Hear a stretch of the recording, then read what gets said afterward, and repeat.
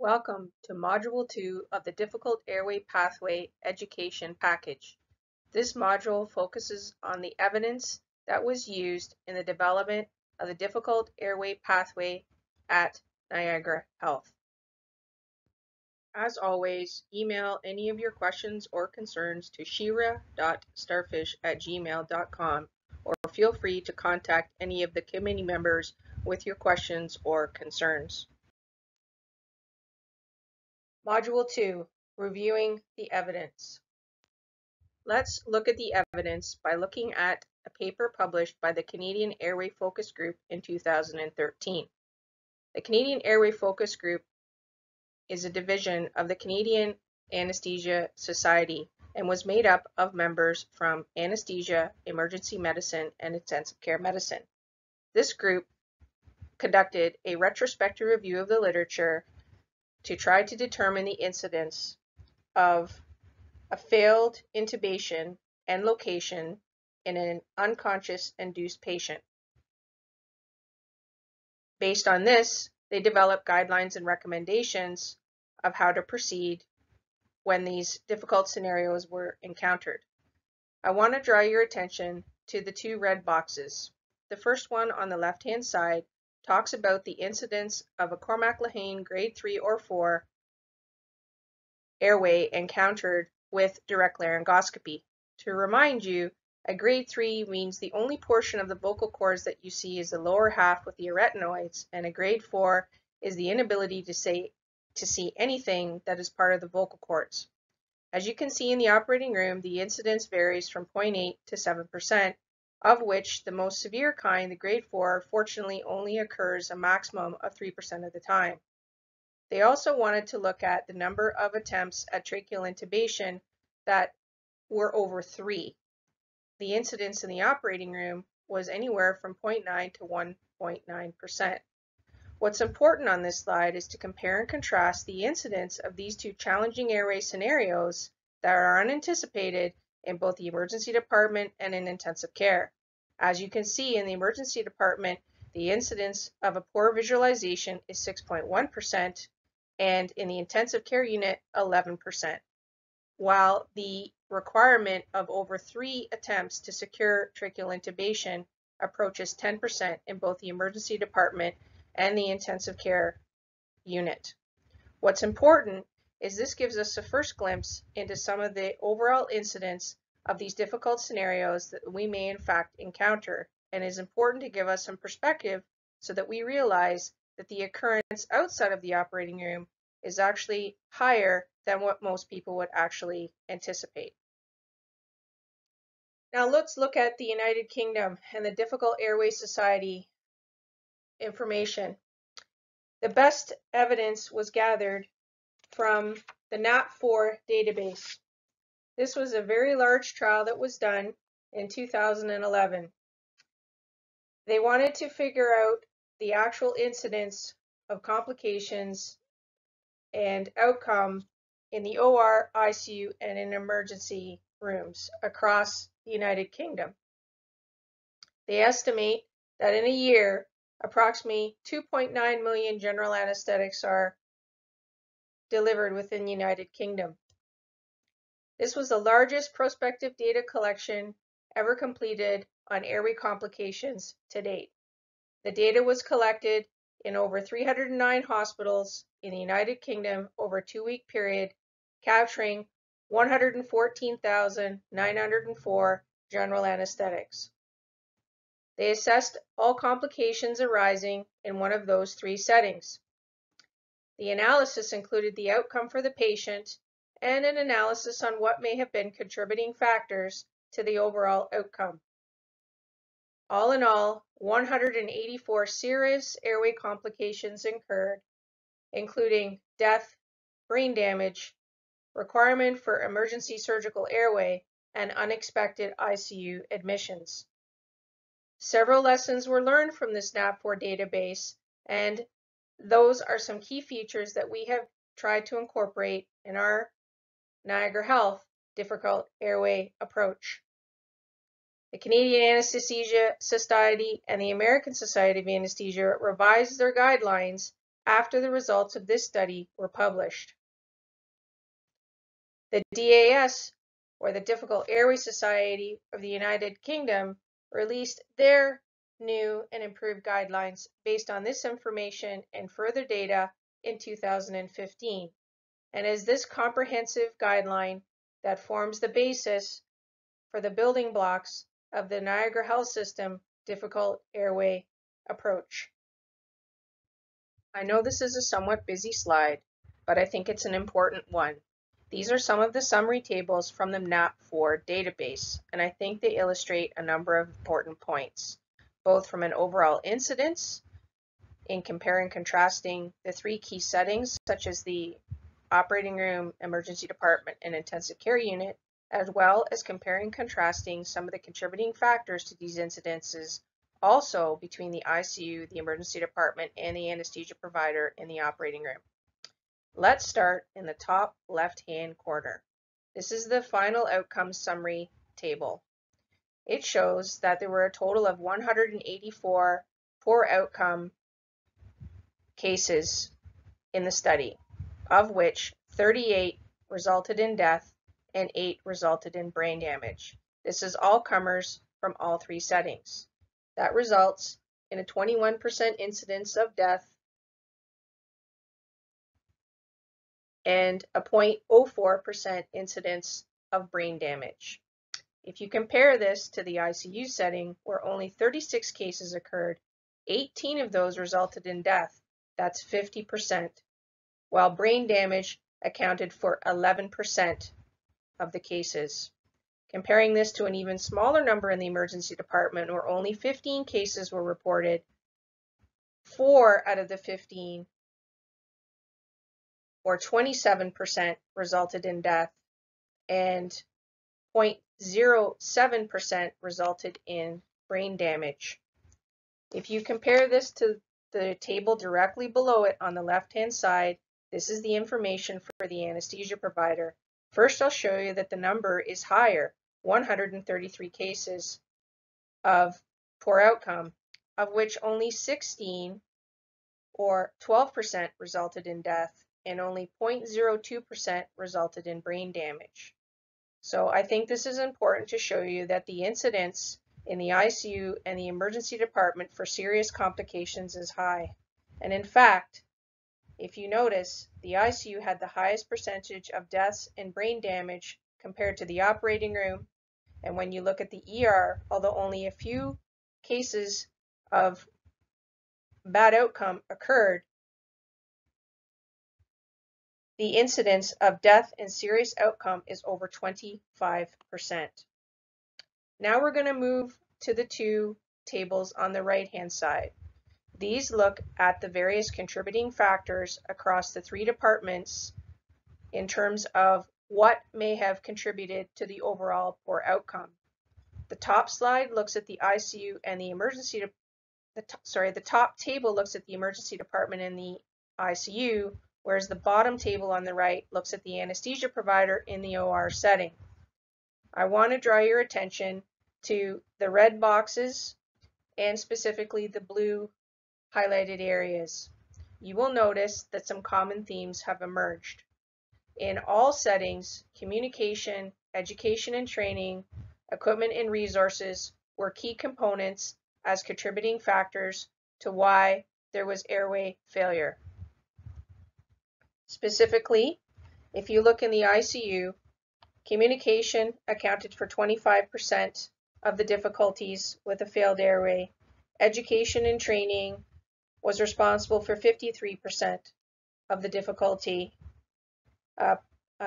Poor equipment resources accounted for 36%, and poor judgment by the provider, 42%.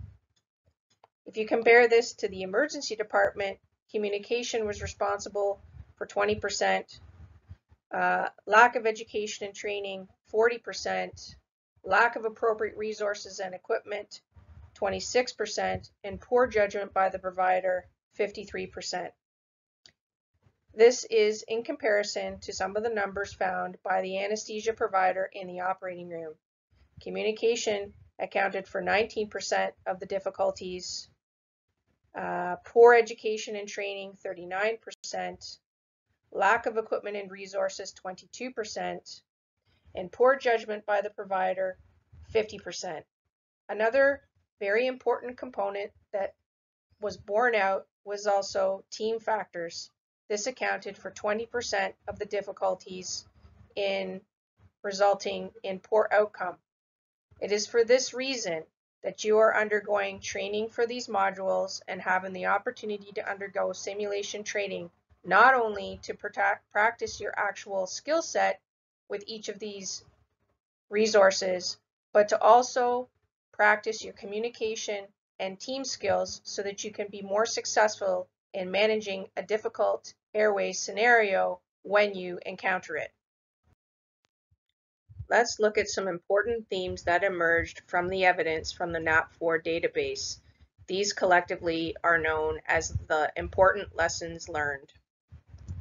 First and foremost, what was noted was universally across all settings, poor airway assessment combined with poor planning always resulted in a poor outcome. It is important that airway assessment be completed and is crucial to identify those patients who may be potentially difficult to bag valve mask ventilate, who may be difficult to intubate, who may be difficult to place a supraglottic airway device, and in the unlikely event, who may be difficult or impossible to obtain a surgical airway in. If you do not do these important assessments across all these areas, you cannot effectively formulate a Plan A, a Plan B, and a Plan C. Failure to plan always results in a plan for failure. I think you have seen from some of the data so far that it really isn't a situation of if it's going to happen to you, it's when it's going to happen to you, and you need to be able to have the tools and the ability to react appropriately in a streamlined, effective manner. Failure to choose the appropriate airway strategy based on assessment. Something that universally came out was some themes around the fact that an awake fiber optic intubation was often the best choice. However, it wasn't followed.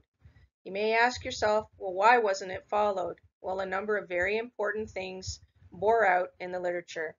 Number one, there seemed to be an overall lack of recognition that this was the most appropriate option.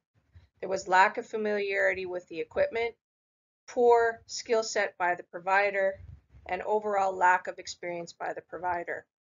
I think it's important that if you're faced with a situation where your assessment is telling you that the most appropriate choice is an awake fiber optic intubation, and this is not a skill set that you happen to have, this is the point in time when you must seek out an expert to assist you with this type of plan. Failure to progress to an emergency surgical airway when it was indicated. Unfortunately, universally, this was also a theme where providers were reluctant to cut the neck. Can understand that this is a scary situation, but when it comes to the point in the algorithm where someone needs an emergency surgical airway, this is a life-saving maneuver. Failure to do so will ultimately result in irreversible hypoxemia, brain damage, and/or death. The purpose of having a streamlined approach is to provide you with an easier skill set to be able to perform that emergency surgical airway should the need arise. Failure to consider tracheostomy under local as a first option. This was particularly noted in folks with head and neck pathology. Some key things that were noted was a lack of availability of equipment to perform the tracheostomy under local, lack of knowledge and recognition of the potential airway distortion and anatomical problems under certain things that would make tracheostomy under local the first plan, and an overall lack of training on how to perform this technique. Again, if you're faced with this type of situation and this seems like the most viable option and it's not a skill set in your armamentarium, this is where you need to seek out an expert as your first option and your Plan A. Fail to change your approach rather than continue with a failed technique. Also something that universally was borne out. Multiple attempts at intubation will lead to a cannot intubate, cannot ventilate situation. And I think that something is important to recognize is that really this means lack of oxygenation. That's why moving forward in our scenarios and in our algorithms, you will notice that we don't use can intubate, can't ventilate as a description anymore, but rather focus on can intubate, can't oxygenate the patient. Ultimately, if you continue with the same approach with multiple attempts without a concerted plan of how to move forward, you will universally end up with hypoxemia and death. Let's continue our exploration of some of the important lessons learned from the NAP4 database. Mortality rate is much higher in our ICU and emergency room patient populations. Why? These patients are sicker. They have poor reserve. They often present in extremis or in pre-arrest situations and require rapid assessment, planning, and intervention. However, having said that, there's always time to pre-oxygenate the patient and consider the primary and secondary approaches to the airway. 1/4 of all of the adverse airway events that occurred in the NAP4 database occurred in this vulnerable patient population in the ER and ICU settings. And of course, this is our population where waking the patient up is not a viable option. It is for this reason we require a streamlined, efficient, stepwise approach to the airway. Obesity, head and neck pathology contributed to a multitude of challenges with respect to the airway. Obesity presents a set of challenges not only from its anatomical challenges with the increased tissue, but also with respect to the reduced apnea time that is encountered with rapid desaturation due to an overall reduction in the functional residual capacity.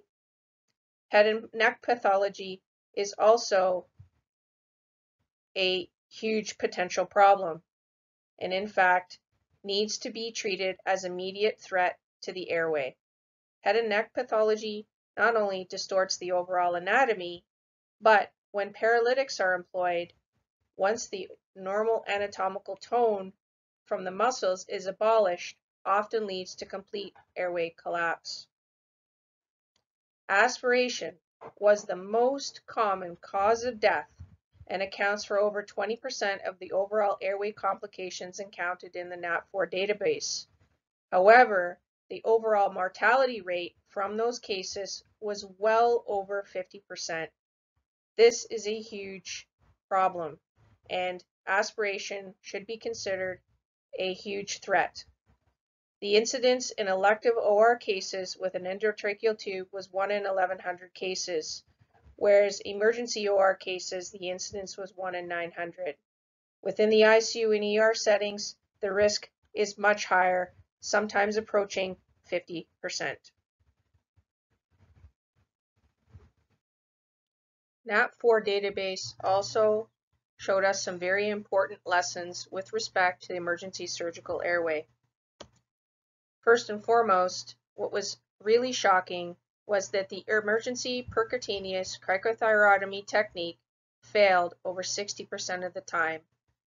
Most of you will recall that this is the approach using the modified Seldinger technique with placement of a wire and then a cannula for oxygenation. However, our success rate was exceedingly poor, particularly when compared to our surgical colleagues when they used an open technique where their success rate approached 100%. This is an important distinction showing us that an open technique has a higher percentage of success when compared to a percutaneous attempt. Additionally, when you look at the evidence from the NAP4 database, an emergency surgical airway was attempted in only 80 of the 184 cases where there was airway difficulties. Of those 80 cases, 13 died and 7 suffered severe, irreversible morbidity. Less than half of the patients that had an emergency surgical airway attempted ever had a supraglottic airway device used for attempts at oxygenation before they progressed to the emergency surgical airway common point.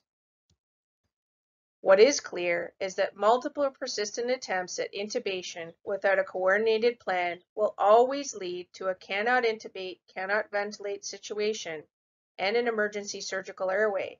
And what is important to note is that the big problem with this is that during that time, there is no oxygenation of the patient. So what happened when we go back and look at some of these cases? What were some common themes that arise? First and foremost, I think it's easy to see that one of the things that happened was a failure to recognize that we were at that point in the pathway. We came upon that decision far too late, where hypoxemia had already set in and brain damage was a real possibility. And additionally, the reluctance to go ahead and pursue an emergency surgical airway in preference to staying and trying to persistently intubate rather than focus on actually oxygenating the patient. Additionally, because the technique is not something that we are very comfortable with as anesthesiologists and non-surgeons, the success rate when we actually employ it is abysmal. For this reason, the Difficult Airway Society developed a surgical technique which is much more simple and easy to use, is easily taught, and will have a higher success rate. And this is something that you are going to be learning at a different point in the modules. We are now going to look at those algorithms that are placed in the literature that are used as reference points. And I warn you, when you look at these, you're going to end up confused. And perhaps this will help you understand why a more simplified approach is needed and adopted by the Niagara Health System Difficult Airway Committee. Let's look at the first one. This is the Canadian Anesthesia Difficult Airway Guidelines that were published in 2013. In general, I like this diagram. It's much more simplified compared to the American Society of Anesthesia guideline, which you will see in the next slide. It emphasizes a plan A, a plan B, and what they call an exit strategy. It is meant to be a short decision making. If you can't intubate, immediately going on to face mask or supraglottic airway device ventilation, oxygenation. And if you cannot, then you must proceed on to a surgical airway. The part that's not appropriate for us is the first portion of the awakening patient under the exit strategy. We can't proceeding with the case is also not an option.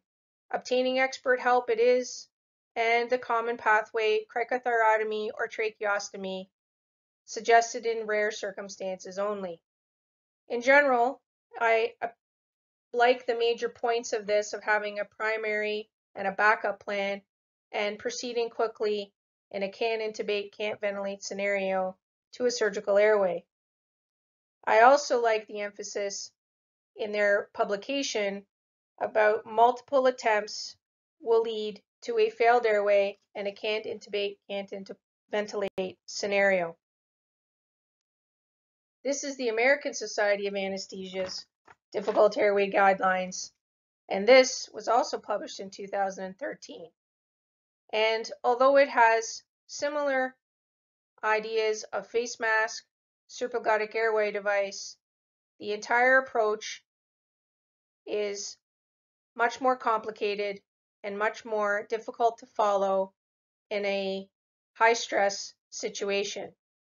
All anesthesiologists are trained on this, and we can flow through the different components of this rapidly.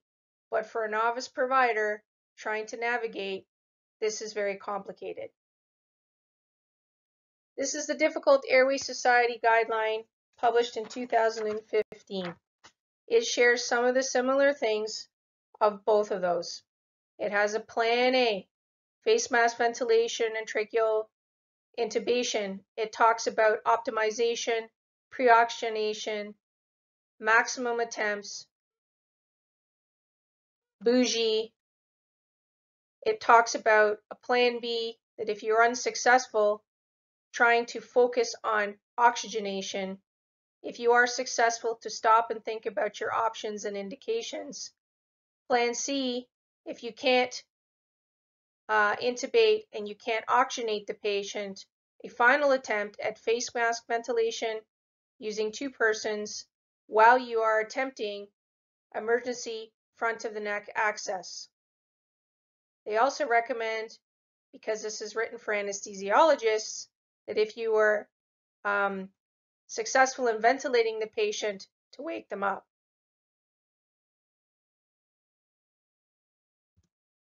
So now what? Well, this leaves us with some confusion.